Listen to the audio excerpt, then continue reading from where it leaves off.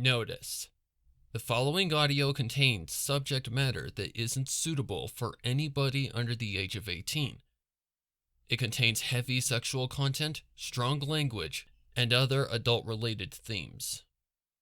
If you are not of age and choose to continue into the video, I am not responsible for anything that may follow your actions. This is your one and only warning before proceeding further. Viewer discretion is advised. The girls were the main three Ashley conversed with in her spare time, so that brought a smile to her face at the least.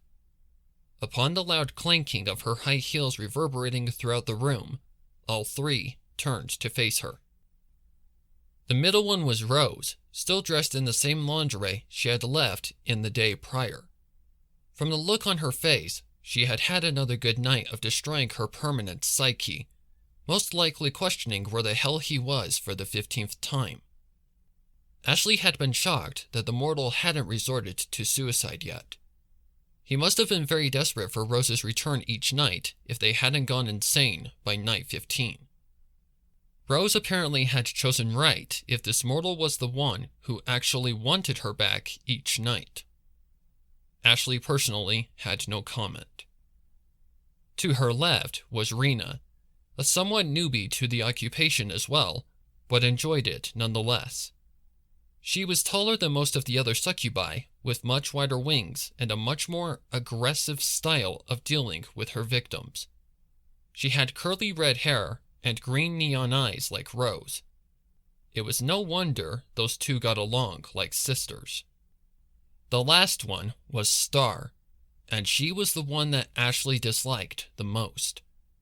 She was very snobby and upstuck than the rest.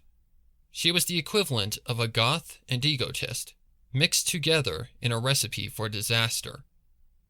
Star had pitch black hair and was more flat-chested than Rose or Rena.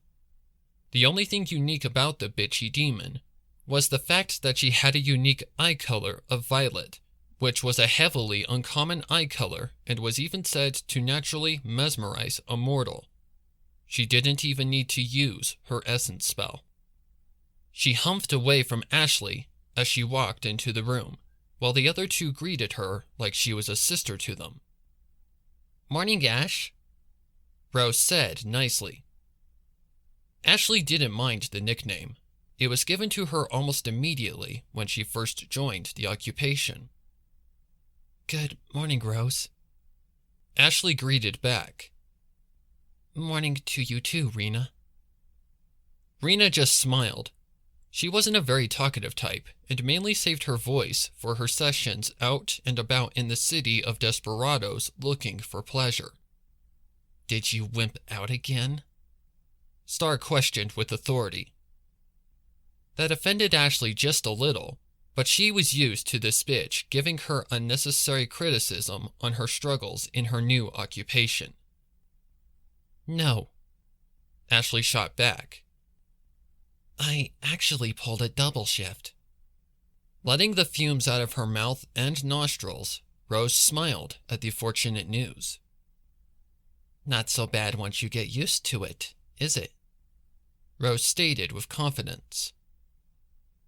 Ashley wondered if she should have lied to avoid Star giving her any unnecessary rants over her insecurities.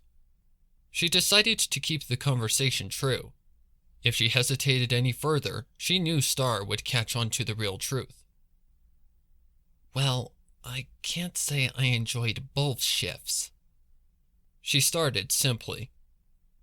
"Oh my Satan, what the fuck did your little pussy not find amusing this time?" Star accused with mild anger. Ashley rolled her eyes at the bitch, not allowing her to get to her. Even Rose objected in her defense. "Star, enough." "What? She's had 3 shifts and still has insecurities about what she's literally meant to exist for. You know I'm not wrong, Rose." Ashley cut in quickly, not wanting the two to stir into a fight to the death or worse. They argued a lot, so this wasn't uncommon, But when it comes to the case being two demonic beings fighting, it can quickly turn into a worse situation than what it currently was. If you'd shut your self-entitled mouth for a second, you'd know that I ended up enjoying one of the sessions.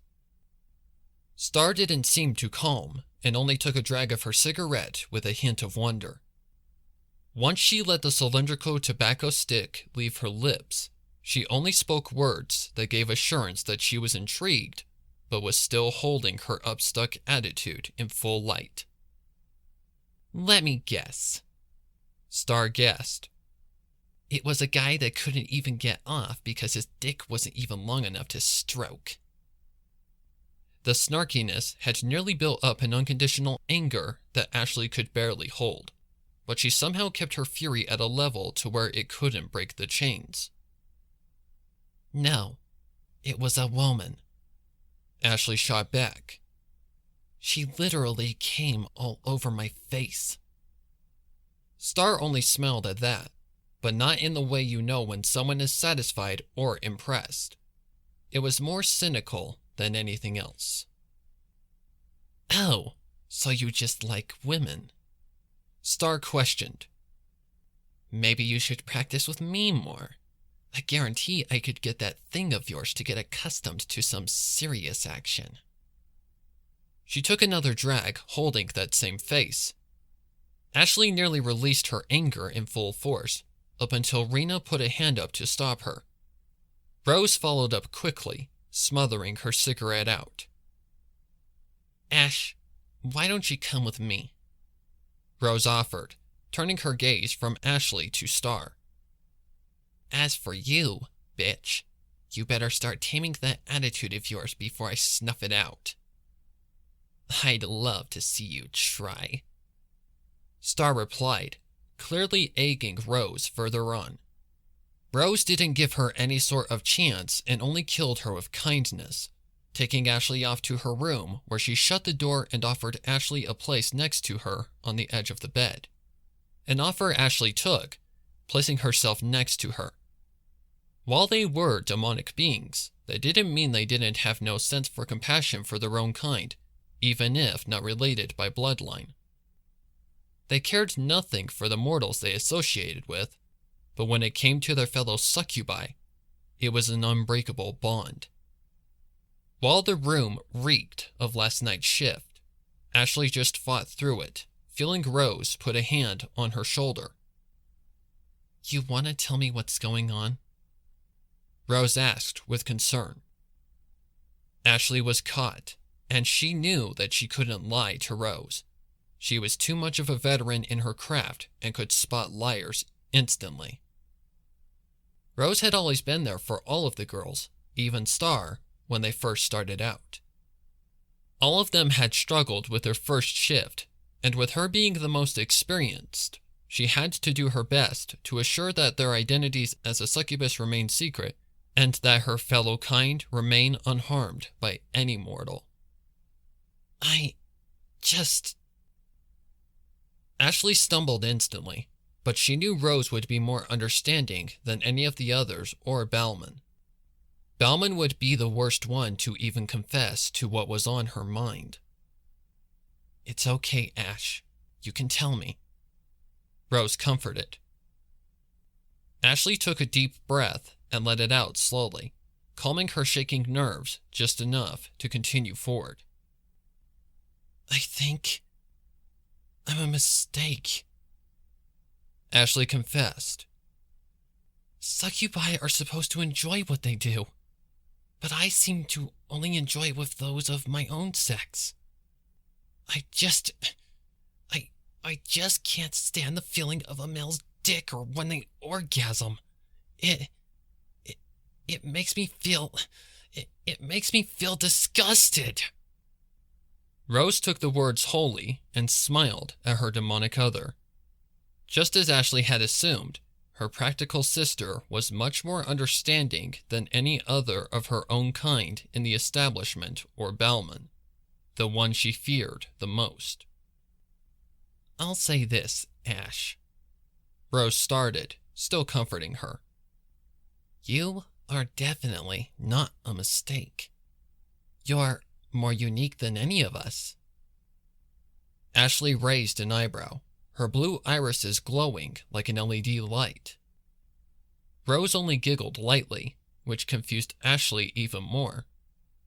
She continued, "You are the first of our kind, at least in this corner of the world, to have taken interest in only one gender. It's not an uncommon thing, and I can understand why you feel like an outcast over this. If you take to only one gender, then that's that. I'm sure Bauman wouldn't have a problem with sticking you with female-only shifts." Ashley gulped at that. Rose seemed so calm in the entire endeavor, seeing it as nothing more than a natural but somewhat bizarre discovery.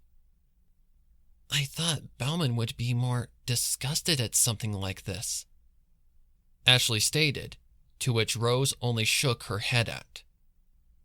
"Dear sister, you have nothing to fear with Bauman," Rose assured. "If you fear him, you fear mortals. Bauman is as threatening as a mortal under our spell. Harmless." "Really?" Ashley traced. He's that understandable?" Rose giggled again. "Honey, I had the non-existent balls to request a permanent victim. He took it with assurance as long as I didn't break Rule 1. Don't fall in love with a victim. As long as you keep your head on straight, I think you'll be fine. Come on, I'll walk to his office with you. We don't have much longer before we go to work."